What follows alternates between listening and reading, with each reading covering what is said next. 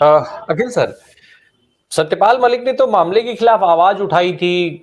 जम्मू कश्मीर में जिस तरीके का ऑफर उनको मिला है, कितना बड़ा ऑफर, इतने बड़े अमाउंट का ऑफर, उसके बाद भी उन्होंने उसको ठुकरा दिया और ये बात उन्होंने सार्वजनिक तौर पर स्वीकार की। उसके बाद भी उसी मामले में जो है सीबीआई उनके घर पर पहुंच गई। क्या ये सरकार की तरफ से अगर देखा जाए, एजेंसियों की तरफ से देखा जाए, तो ये बड़ी गलती हो गई? कहीं ये मामला उल्टा पड़ सकता है?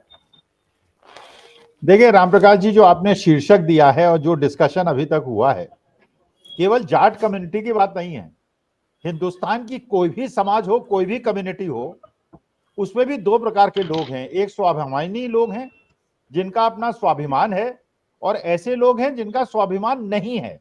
देखिए, जिस कम्युनिटी की आप बात कर रहे हैं, ये केवल वेस्टर्न यूपी में नहीं है, ये राजस्थान में भी है, ये हरियाणा में भी है, ये पंजाब में भी है, और ये कम से कम 50 सीटें ऐसी हैं लोकसभा की जिसमें ये अपना प्रभाव रखती हैं। और आपने देखा राजस्थान के अंदर इस कम्युनिटी ने वोट नहीं दिया बीजेपी को, वहां कांग्रेस ही जीती। हरियाणा में भी वही स्थिति है, जो जाट वोट है वो हुड्डा जी के साथ जाता है। खैर, केवल जाटों की बात नहीं कर रहा हूं मैं, बात राजपूतों की भी चलिए कर लेता हूं। आपने देखा होगा, हमारे राजनाथ सिंह जी जो हैं वो राजपूत हैं, ठाकुर हैं, और हम लोग ये मानते हैं कि राजपूत जो हैं वो आन बान शान के लोग होते हैं, मूंछों की ताकत रखते हैं। आपने देखा होगा, मोदी जी को माला पहनाई जा रही थी, राजनाथ सिंह जी ठाकुर साहब ने अपनी गर्दन उसमें घुसाने की कोशिश की और फिर घबरा के अपनी गर्दन बाहर कर ली, इसलिए कि प्रधानमंत्री महोदय की ही गर्दन केवल उसके अंदर जा सकती थी। अब ये ठाकुरों के बारे में कहिए, ठाकुर इसमें बुरा मानेंगे कि नहीं मानेंगे? देखिए, बिहार की जनता, बिहार कुंवर सिंह का एरिया है, कुंवर सिंह का एरिया। वो कुंवर सिंह जो 80 साल की उम्र में अंग्रेजों से लड़ते लड़ते अपने प्राण दे दिए थे, उस कुंवर सिंह के एरिया में आपने नीतीश कुमार को देखा, आपने 3 विधायकों को देखा कि जिसने उनको विधायक बनाया, जिन्होंने आउट ऑफ द वे जाके विधायक बनाया, उनको उन्होंने धोखा दे दिया। देखिए, आज की तारीख में हिंदुस्तान में हर जगह घटित हो रहा है। अशोक चौहान चले गए, 70-80 साल उनके पिताजी और कांग्रेस का इतिहास, चीफ मिनिस्टर रहे, पिताजी भी चीफ मिनिस्टर रहे, केंद्रीय मंत्री रहे, ईडी का दबाव था, चले गए। अजीत पवार, जिस चाचा ने बनाया उनको धोखा देके चले गए। तो शायद मोदी जी ये परखना चाह रहे हैं कि ये जो सतपाल मलिक के ऊपर सीबीआई की रेड कराई है, ये चौधरी चरण सिंह, चौधरी छोटू राम और चौधरी देवीलाल जैसे जाट हैं या जैन चौधरी जैसे जाट हैं? अब जैन चौधरी एक जाट हैं, अब पता नहीं उनका चेहरा मैंने तो देखा नहीं, पिछले 10-15 दिन से चौधरी, छोटे चौधरी का चेहरा मैंने नहीं देखा, क्योंकि मैं देखना भी नहीं चाहूंगा। देखिए, मैं उसी एरिया से आता हूँ, मेरठ मेरा ओरिजिनल, जहां मेरा जन्म स्थान है, मेरा गांव है, वो मेरठ है। खरखौदा एक इलाका है हापुड़ और मेरठ के बीच में, उसी इलाके के सतपाल मलिक भी हैं और उसी इलाके के चौधरी जैन चौधरी भी हैं। आज ये स्थिति हो गई है जैन चौधरी की, अगर वहां से चुनाव लड़ेंगे, पिछली बार तो 7-8 हजार वोट से हारे थे, इस बार जमानत जब्त हो जाएगी चौधरी साहब की, छोटे चौधरी की। और यही हाल नीतीश कुमार का है। ये डरा के सतपाल मलिक से ये कोशिश कर रहे हैं, ये देखना चाह रहे हैं ये असली जाट है या नकली जाट है। अच्छा भाई, अस्मिता तो देखिए सबकी होती है ना, हर समाज की अस्मिता होती है। पहले आपने मुसलमानों की अस्मिता को खत्म किया, फिर मणिपुर के अंदर क्रिश्चियनों की अस्मिता को खत्म किया, फिर पंजाब के अंदर आपने सिखों और पंजाबियों की अस्मिता को खत्म किया, अब फिर ठाकरों की अस्मिता को, अब जाटों की अस्मिता को। अरे किसकी अस्मिता को छोड़ोगे? गुजरातियों की अस्मिता को छोड़कर। चलिए, गुजरात के अंदर आप बताइए, राम प्रकाश जी और सैनी साहब तो बहुत प्रबुद्ध व्यक्ति हैं, बहुत उनका आदर करता हूं मैं। गुजरात के अंदर पिछले 10 साल में क्या किसी पे कोई रेड हुई है? आप सत्ता पक्ष को छोड़ दीजिए, आप विपक्ष के नेताओं पर भी रेड नहीं हुई है। इसका मतलब यह है हिंदुस्तान को 2 भागों में बांट दिया गया है। गुजरात वाले 7 खून करे सब माफ। आप अगर बंगाली हैं, अगर आप तमिल हैं, तेलुगु हैं, मलयाली हैं, पंजाबी हैं, बिहारी हैं, उत्तर प्रदेश वाले हैं, सबको केवल जो फाफड़ा और क्या कहते हैं खांडवी खाना पड़ेगा, लिट्टी चोखा और ये जो बाकी चीजें खाना वर्जित है। अरे ये देश कैसे चलेगा भाई? गुजरातियों के लिए एक कानून, सारी इंडस्ट्री गुजरात, बाकी इंडस्ट्री कहीं नहीं। सूरत से आप, सूरत में सारी डायमंड इंडस्ट्री ले आए, बंबई की। अरे मराठियों की भी अपनी अस्मिता है भैया, जाटों की केवल अस्मिता नहीं है, ब्राह्मणों की भी अस्मिता है। उन्होंने भी अपनी पगड़ी उठा के रख दी। अब एक वेस्ट बंगाल के अंदर एक बेचारे सिख अधिकारी और इतना उच्च अधिकारी एसएसपी, उसको खालिस्तानी लोग बता रहे हैं। सैनी साहब बताएं, राजस्थान के हैं, राजस्थान उत्तर प्रदेश में और हमारे पंजाब में, हरियाणा में तो पगड़ी की कीमत कितनी होती है, पगड़ी पे हाथ नहीं लगाने देता कोई। और उसकी केवल इसलिए just because he was wearing A turban उसको खालिस्तानी एक पुलिस अधिकारी को कह दिया। ये ऐसे दुष्ट लोग हैं, ये देश को राम प्रकाश जी तोड़ रहे हैं।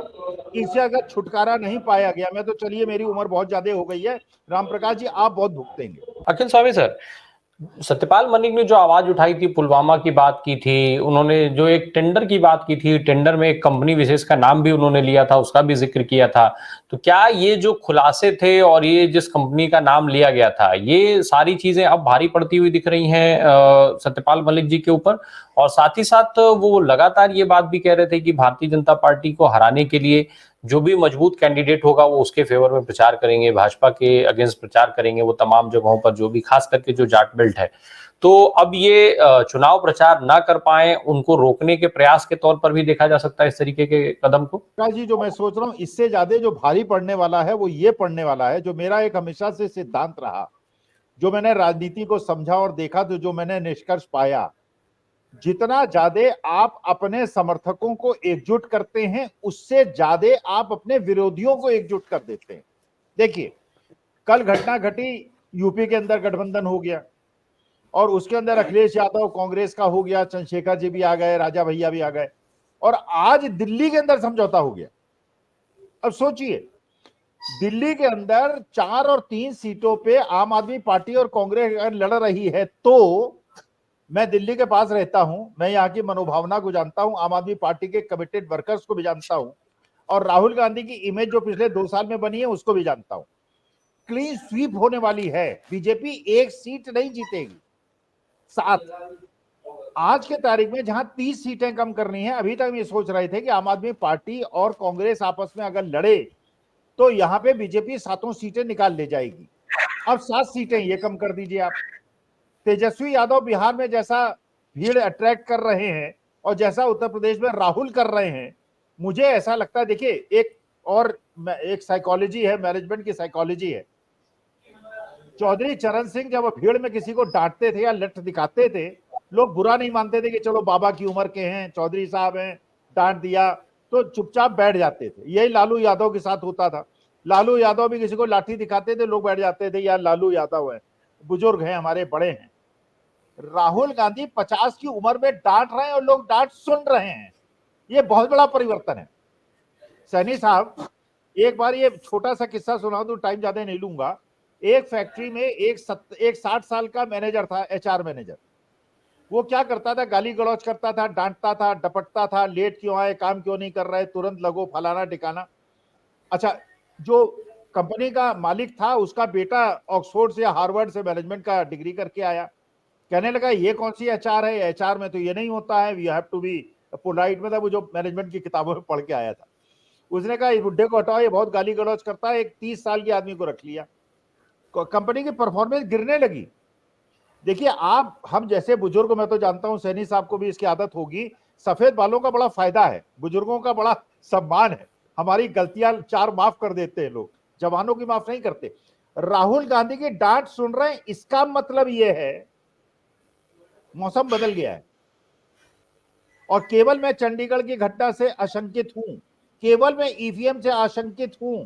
अगर ईमानदारी से, राम प्रकाश जी अतिशयोक्ति मत मानिएगा, अगर ईमानदारी से इलेक्शन हो जाए, आज बीजेपी 2 सीटें भी नहीं जीतेगी पूरे हिंदुस्तान में, पूरी तरह से पत्ता साफ। इनके साथ केवल वो लोग हैं जिन्होंने दबंगई की है 10 साल में और इस बात से डर रहे हैं कि अगर सत्ता बदली तो हमारा क्या होगा, इसलिए वो पीछे पीछे लगे हैं, जिनकी संख्या 37% से घट के 20% हो गई है। लैंडस्लाइड विक्ट्री होगी, बीजेपी दिखाई नहीं पड़ेगी। हाँ, ईवीएम और चंडीगढ़ जैसी और चुनाव आयोग और बाकियों को जैसे अपना गोदी इन्होंने संस्था बना लिया है, वो अपना काम करे तो अलग मुद्दा है। एक चीज और जोड़ दूं मैं, अब जब जयंत चौधरी की बात हो रही है, जयंत चौधरी जहां थे फिर जहां चले गए, अब वो अगर वहां बने रहते हैं तो आज जो स्थिति है, जिस तरीके से किसान सड़कों पर है, जो जिस दादा को भारत रत्न मिला वो उन्हीं किसानों की बदौलत मिला, उन्हीं किसानों की आवाज वो बने और इसीलिए आज भारत रत्न उनको दिया गया है। लेकिन अब वही किसान सड़क पर हैं, जयंत चौधरी बोल नहीं पा रहे हैं। क्या देखते हैं भविष्य जयंत चौधरी का अगर वहां बने रहते हैं तो? देखिए, सतपाल मलिक जी के स्टेटमेंट पे मुझे एक आपत्ति है। उन्होंने कहा कि मेरा समाज 5 स्टेट्स में है और ये बदला लेगा। देखिए, मैं जाट नहीं हूं। जो पंडित चंद्रशेखर आजाद थे वो जाट नहीं थे, रामप्रसाद बिस्मिल जाट नहीं थे, अशफाक उल्लाह खां जाट नहीं थे, गांधी जी जाट नहीं थे, पंडित जवाहरलाल नेहरू जाट नहीं थे, लेकिन सीधे खड़े रहने वाले थे। तो हम ब्राह्मण भी सीधे खड़े होते हैं, भूमियार भी सीधे खड़े होते हैं, सैनी भी सीधे खड़े होते हैं, सब सीधे। हम लोग उनको पसंद करते हैं जो सीधे खड़े होते हैं। जो झुकने वाले, केवल जाति झुकने वाले को हम जाट नहीं मानते। हम गुजर को भी जो झुकने वाला होता नहीं मानते, ब्राह्मण ठाकुरों को भी नहीं मानते। तो इसलिए सतपाल मलिक जी ये ना समझे उनका समाज उनका साथ देगा और इनको उखाड़ फेंकेगा। हर समाज का आदमी जो सीधे खड़े होने को पसंद करता है और रीढ़ की हड्डी रखना चाहता है, जो चंद्रशेखर आजाद, रामप्रसाद बिस्मिल से और महात्मा गांधी और नेहरू जी से को अपना आदर्श मानता है, वो सतपाल मलिक के साथ है। और जो जयचंद और कौन थे, मीर जफर थे, उनको मानने वाले जो लोग हैं वो चाहे तो छोटे चौधरी को माने। मैं छोटे चौधरी को जाट नहीं मानता।